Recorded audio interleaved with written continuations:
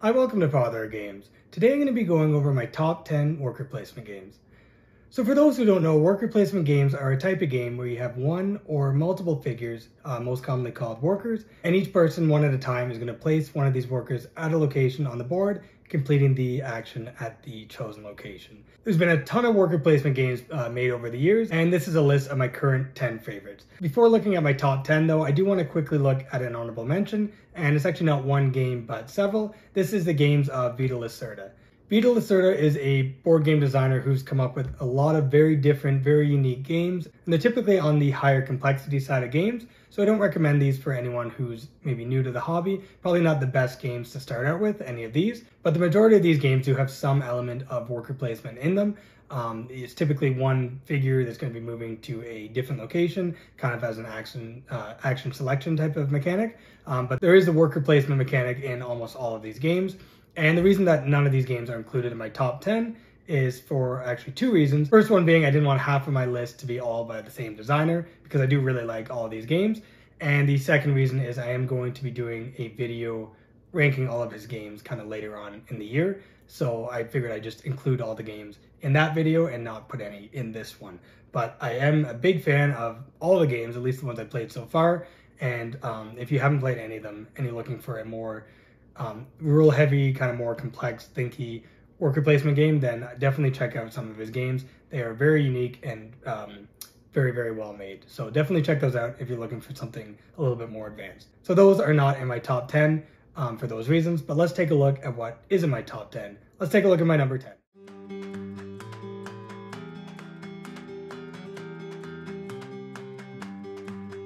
So my number 10 is a Viking themed game. This is Champions of Midgard.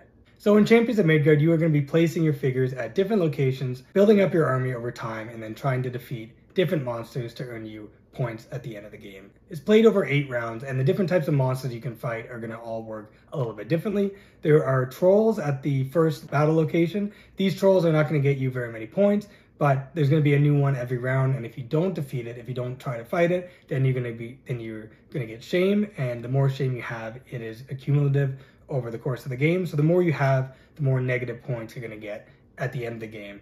There's also draugrs that are the next location over. These draugrs are not going to be worth a lot of points as well, but they're easy to defeat typically, and if you have one of each different color, each set of those are going to get you more points at the end of the game. And then at the bottom of the board is the big high point scoring monsters, and these monsters are going to be the main way to get points and the main way to get significant points quickly, but these are going to be tougher battles. You're going to need to either build a boat or rent a boat to be able to go to these locations, and then as you're traveling to those locations, you're going to have to send your warriors with food that you're going to lose at the end of the round, and then you might get lost on your way, or there might be some weather condition that makes you lose some of the food or some of your warriors before you even get to the battle that is already a harder battle to win than the draugrs or the troll. So there's a lot more risk to those, but there's a lot more points if you do end up defeating them. So there's a decent variety of enemies you can fight, and I love the kind of building your army with these dice and then using those dice to try to defeat these enemies.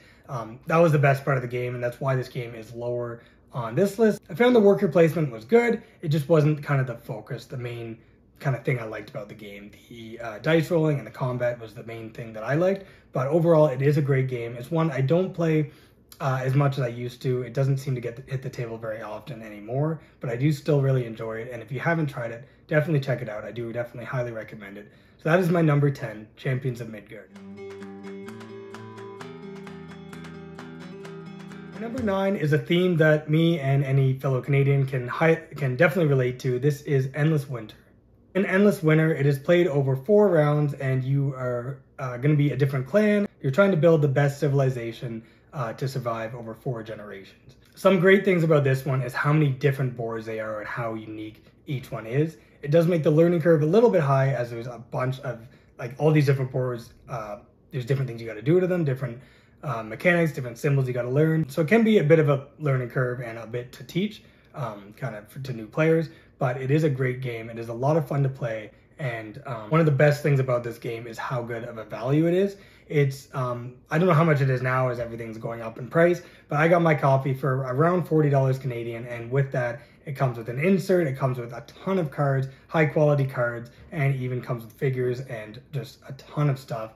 For that price point, it is one of the best values that I've seen in a game. But the gameplay itself is a lot of fun. I found the deck building was kind of the best part of the game for me. That's why it's lower on the worker placement top 10. The worker placement is fine. You have 4 locations on the board, and you're going to be putting these figures at a location. The top action you can do as many times as you like, and then the second action is a bit stronger. You can only do that once, and then the bottom location, or the bottom space of each location is going to be a bonus that whoever is the first person at that location is going to get the bonus, and then if you're not the first person there, then you just skip that altogether. So I found that because there's multiple people that can go to any location, there's no limit on how many people can go at each location. Because of that, there's no real kind of risk to when you go to a location. The only thing you're going to miss is the potential bonus for going there first. So I thought the worker placement wasn't the best. It wasn't bad by any means. It is still a great worker placement game. I just found that that wasn't kind of the focus or the thing that I like most about the game. It is a great game though. It's a ton of fun to play. There's a lot of variety to the cards that you can get and the different kind of boards that you're interacting with. They all work differently. I love the terrain board that you're going to be kind of fighting over kind of area control of that. I thought that was one of the best parts about the game. But overall, it is a very fun game. As I mentioned, a great value and one I highly recommend. So that is my number 9, Endless Winter.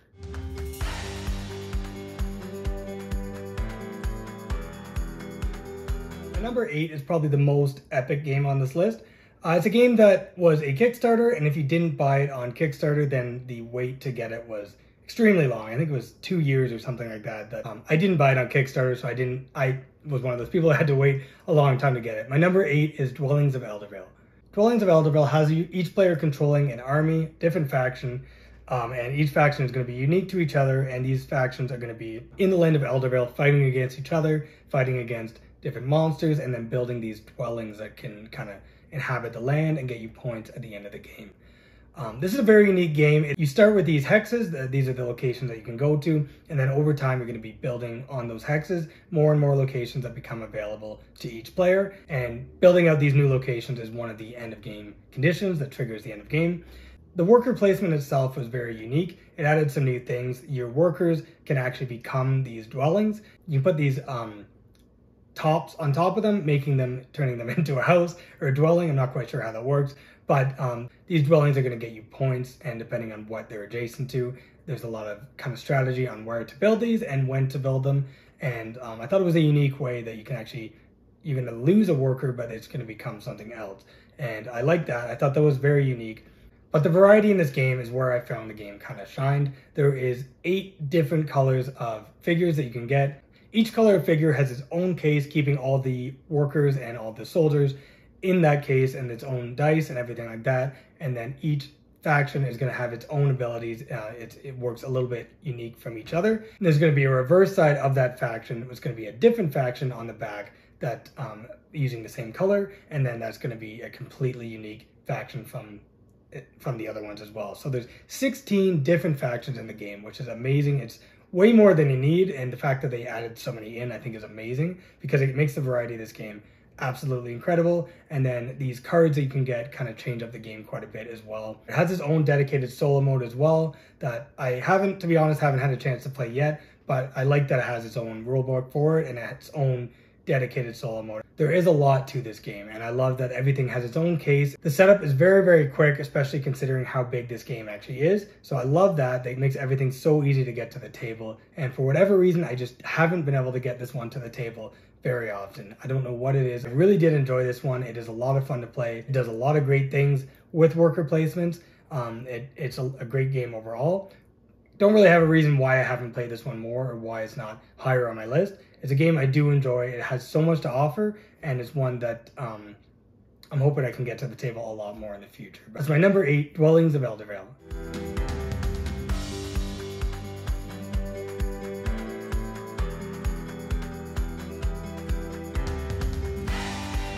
My number 7 is probably the easiest game on this list. It's part of a trilogy, and it's one in the trilogy that is most heavily revolved around the worker placement. My number 7 is Architects of the West Kingdom.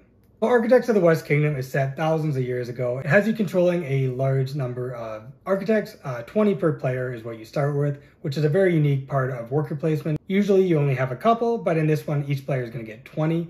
And the more figures you place at a location, the more of a bonus you're going to get, which I thought was really, really unique, really a cool way of doing it. There's no limit on how many figures can be at a location. You can have as many of even your own at each location, and then the bonuses are going to multiply over time depending on how many you have at that location. But having too many at a location is going to rouse up suspicion, and because of that, people can go to a location and round up your people and take them hostage. And eventually they can send them to prison, gaining coins for the workers that they sent to prison.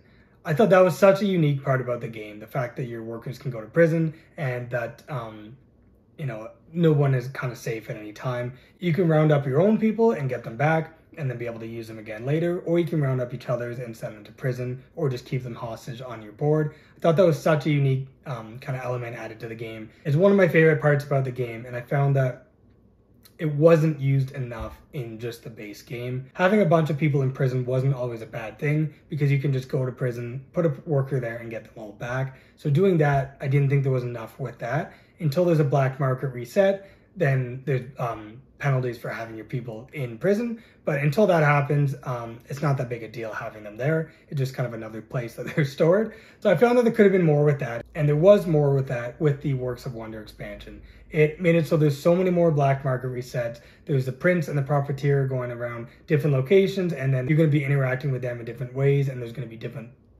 penalties and rewards for having people in prison and for doing certain things.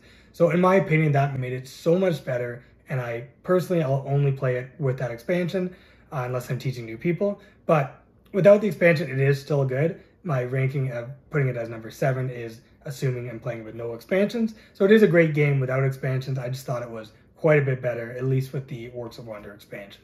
So if you don't like the game, if you played it and thought there could have been more to it, definitely try it with that expansion and see if it's potentially you like it better. I know I liked it a lot better with it, but either way, it's good. No matter what way you play it, it is a lot of fun, and it's a very easy one to learn and to teach to other people. It's a game I played one of the most out of any on this list, and one that I constantly enjoy. So that is my number 7, Architects of the West Kingdom.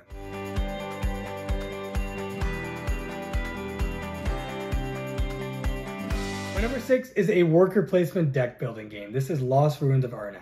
Lost Ruins of Arnak is an Indiana Jones style game where you're going to be going to tombs in different locations and looking for treasure and different artifacts and building up your deck over time to try to get the most points at the end of the game. This is another game that is a fantastic value. It is very high quality components and very high quality stuff. You get a lot for what you pay for. I love the deck building aspect of this game as well. There's a bunch of different things you can do on your turn. You don't have to just play a worker. You can play a worker, you can play a card, you can document your findings, you can research certain findings, you can move up this track on the right side of the board and gain different bonuses for that. There's a bunch of different things. I wish there was a little bit more cards in the game overall, but the ones you do get are fantastic and the quality of them is great. The reason it is lower on this list is I wish you could get more workers over time. You only get 2 and you're always only going to have 2 workers. It's not a huge deal, but it is something I think could have improved the game just a little bit. But either way, it's a great game. You're going to be sending your explorers to different locations, and then there's monsters that'll come up at new locations, and then you can either try to gain their respect or you can run away and gain fear, giving you negative points at the end of the game. There's a lot to this game. There's a lot to love with this game. I played a lot of games of this, and it's one I always enjoy coming back to. So that is my number 6, Lost Ruins of Arnak.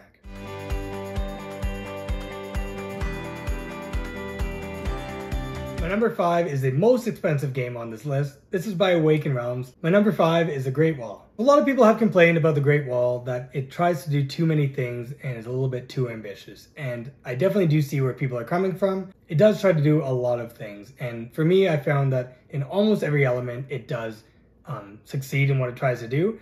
It is a very ambitious game though. It has a solo mode, it has a co-op mode, and it has a semi-co-op mode. And then there's tons of different advisors, tons of different generals, and a ton of different things. There's a ton of different locations that you can send your clerks to, and there's just overall a lot going on. And for me, I personally love that. I thought there was so many different options to this game, so much variety, but I definitely see where people are coming from. I definitely see potential for there to be too much or a game that tries to do too much. You're going to be building up your armies, you're going to be building up the Great Wall, and you're going to be trying to defend against invading Mongolian forces. This is going to be played over a series of 4 seasons each round. Each season you're going to do something different. Autumn is the main season of the game. In that season, it's just the worker placement part of the game. Each player is going to choose a card to play, and these cards are going to be revealed at the same time. And then in the T order, these are going to be resolved one at a time. And it has a similar feel to Rising Sun for anyone who's played that, where the player who's played the card gets to do the top stronger ability, and then everyone else is going to get to activate on the secondary weaker ability of the card. And then some of the cards have another strong ability at the bottom as well that the person who played the card will get to do as well. So a lot of these cards are going to have you moving your clerks either from your reserves to the board or from locations to new locations, kind of depending on what everyone else has done. And you're going to constantly be moving these clerks around. These are going to be your workers, and certain locations are going to require that every space of that location has been filled before the activation or the bonus for going to that location takes place. Then there's going to be these green locations that any number of workers, any number of clerks is going to activate that location. Some of the locations are to get resources that you're going to be using to recruit your armies. One of the locations is to build up your army.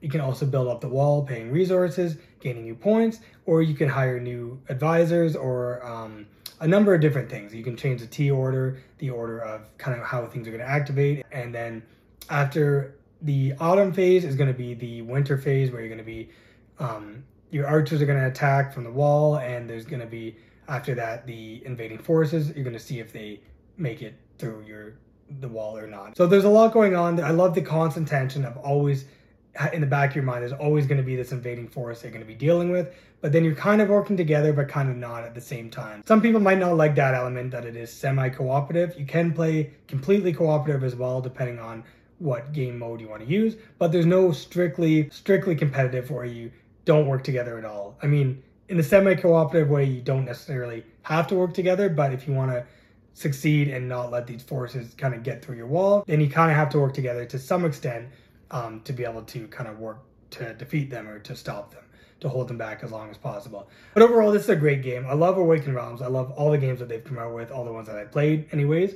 This one is no exception. It is a very ambitious game, very unique like all the games they've come out with. That is my number 5, The Great Wall.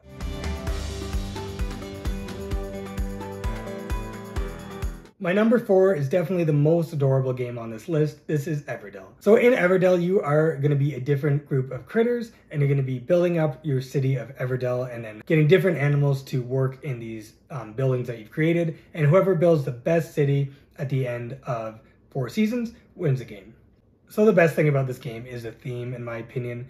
But even if the theme wasn't so good, I think it still would be a fantastic game. So on your turn, you can either place a worker at a location, typically getting you resources or cards, or you can play a card from your hand using these resources that you've acquired, or you can prepare for the next season, in which case you take all your workers off the board and then unlock new ones and get a bonus as well, depending what season you are finishing. This game has a lot of variety, and one of the many things I like about it, the expansions are absolutely incredible. Some of the best expansions out of any game I've played. They all change the game up so much in different ways. They all add a lot of great new elements and new mechanics while still making it feel like the same game at heart. I found the expansions were amazing, but even the base game itself is so good, so much fun to play, and it's probably the one I played the most out of any game on this list. Played so many games of this, and I still constantly love coming back to playing this. Some things I didn't really like though. I thought it was a little strange that you can be in different seasons at different times, and because of that, certain people can finish the game much quicker than others. There is strategy to that, to waiting or to not waiting, when to remove your figures from certain locations, preparing for the next season. There's definitely a lot of strategy with that, and it makes the worker placement part of this game really good. I thought it was strange though that you can be in different seasons at different times. I also didn't really like the Evertree. I know I might be kind of alone in that. A lot of people, it looked good, like don't get me wrong, but mine fell apart and I wasn't going to pay a bunch of money for the wooden edition. And it kind of, depending on how many people you're playing with, that can get in the way a little bit. It was a really cool idea, this big tree that you're building, and it does look good on the table, but from a gameplay perspective, I thought it kind of did get in the way at times. But those are very, very small negatives about the game. It is a very, very fun game to play, and one that is just overall, just an awesome game. I don't know of anyone who could dislike the theme, and the game itself. It just has so much to offer, one that I constantly come back to playing. So that is my number 4, Everdell. So my number 3 is probably the game I played second most out of any game on this list. This is Viticulture. In Viticulture, you have inherited a vineyard, and you're going to be using your workers to build this vineyard, to plant vines, to harvest the grapes from the vines, and turn these grapes into wine that you can sell and fill orders to get points.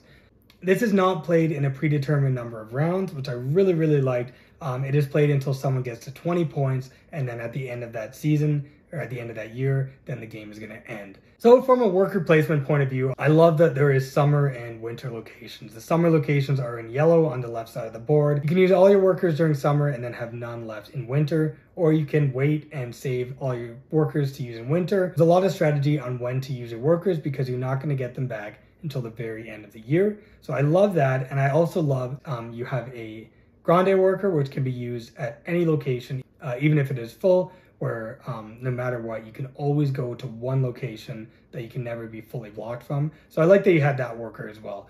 This is a game I'm absolutely terrible at. I've probably played upwards of 40 games of this, and I think I've won about 2 or 3. I'm absolutely terrible at it, but despite that, it shows how good the game is, because despite that, I do really love the game, and I still always have no issue playing this if ever anyone suggested. And this is a very good entry game for someone who's kind of newer to the hobby. It is one of the easier ones to get into, at least I found it was. Has a lot of replayability. There's a good variety of different cards you can do, or cards you can use, and overall just a great game. Despite this game being an older game on this list, it still has such replayability and it's such a fun game. That is my number 3, Viticulture.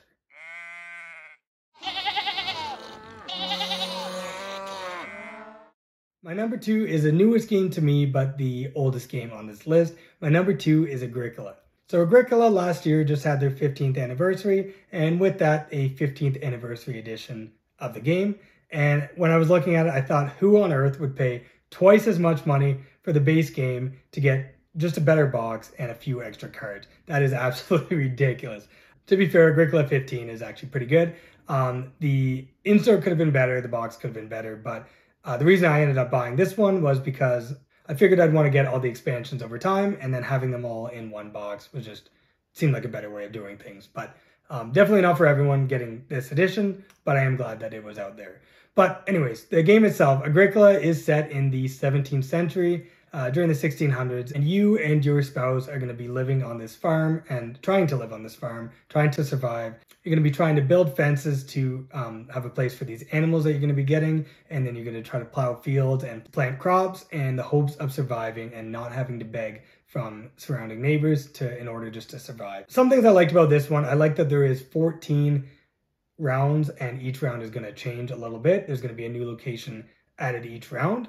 I thought that might kind of feel like a long game. There's 14 rounds and it kind of might drag on. But each round is very quick, and the fact that there's new locations added each round adds a new strategy that you can kind of use to build up your farm over the course of the game. So it feels fresh, the whole kind of game, even though there is so many rounds, and they do go very quickly. Everything is kind of constantly working against you surviving in this farm, against your farm kind of thriving. It's going to take so long just to get crops. You're going to have to plow a field as an action. You're going to have to get seeds as an action. You're going to have to plant those seeds as an action. And then you're going to have to wait till a harvest at the end of a harvest round to actually get those seeds, the crops that you planted, and then actually be able to eat them and to use those to survive. So that's going to take 3 rounds plus a harvest. And that's only assuming another player hasn't gone on that location, taking the spot that you want to go on. So there is a lot of tension around being able to do everything in the limited number of rounds. And I love the variety in this game as well. There's so many cards in this game, an insane amount of cards. Agricola 15, I think, came with 430, somewhere around there.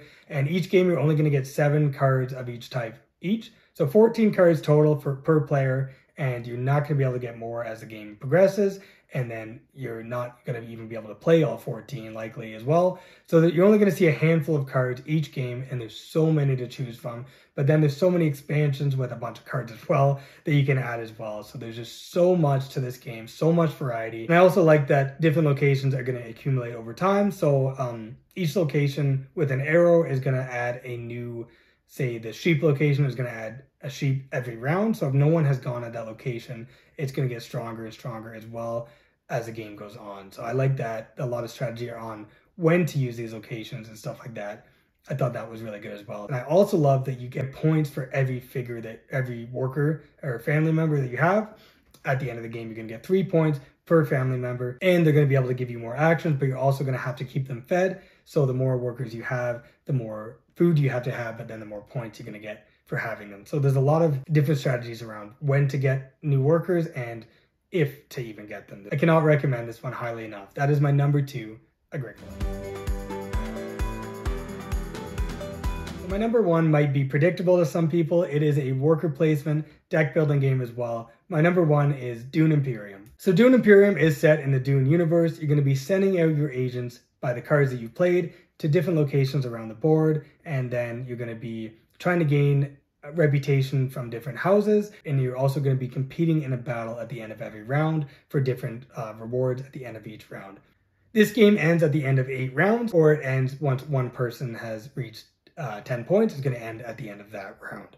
But everyone else still has a chance to get higher on the track than that person. Similar to Viticulture, it does a similar thing there, but I thought it was done even a little bit better, how it can end kind of multiple ways. And I like that the cards that you draw can be used multiple ways. When you send your agents to a location, you're going to use the top ability on that card, if there is one. And then after all your agents are sent or you want to pass, then you have what's called the reveal phase, where you're going to reveal all the cards still left in your hand, and then those cards are going to get you bonuses based on the bottom bonus on that card. So I like that the cards can be used multiple ways, but one thing I really liked about this game, one of my favorite parts, was the 4 houses on the left side of the board. Those locations are harder to send your agents to. There's going to be less cards in the game that can actually send your agents to those locations. And every time you send an agent to one of those locations, you're going to move up the reputation track of that house. And if you reach a certain threshold of that track, you're going to get a point. And if you reach the top section of that track, you're going to get another point. But if someone goes higher on that track, they're going to steal that point from you. And then there's this constant back and forth of trying to get higher on these tracks until one person gets to the very top where there's no spot higher. And then they're secured their victory, secured the point from that house. So I love that kind of the back and forth. There may be a location you don't want to go to as much, like the action at that location might not benefit you, but going to that location, gaining the reputation from that house might, cause you to get a point instead of the other players. So it adds a new element to just placing workers at a location. The fact that you're going to be going up these tracks based on the different houses, the reputation from these houses. I thought that was such an amazing implementation in the game. But my favorite part about this game was the combat and the fact that every round you're going to be fighting for different kind of bonuses depending on the card that's revealed. Then you have these intrigue cards that can be used to change the combat value that you have. It's not just based on how many people you've sent into combat, and then everyone's going to be fighting for these bonuses at the end of every round. So I love the constant tension that this game brings. There's tension in every element of it. There's just this constant race for the reputation from the houses. There's constant race in having enough people in a battle to be able to win the bonuses that you may or may not need. And then there's just this constant tension again for the points, because once one person reaches 10 points, then the game's going to end. And then there's just so many good things about this game. I cannot recommend this game highly enough. It is a game that, from what I've heard, the expansions make even better. I haven't played them as of yet, but even just the base game has so much to offer, so much for playability. It comes with a huge amount of cards that are very different from each other, and it is just such a good game. I cannot recommend this one highly enough. So that is my number 1, Dune Imperium. So that's my top 10 worker placement games. As I mentioned, there are so many out there. I have not tried them all. If you think there's a game that should have been on this list, by all means, recommend it in the comments down below. Always happy to get more game recommendations. But as it stands, that's my top 10. Thank you so much for watching, and stay tuned for more videos.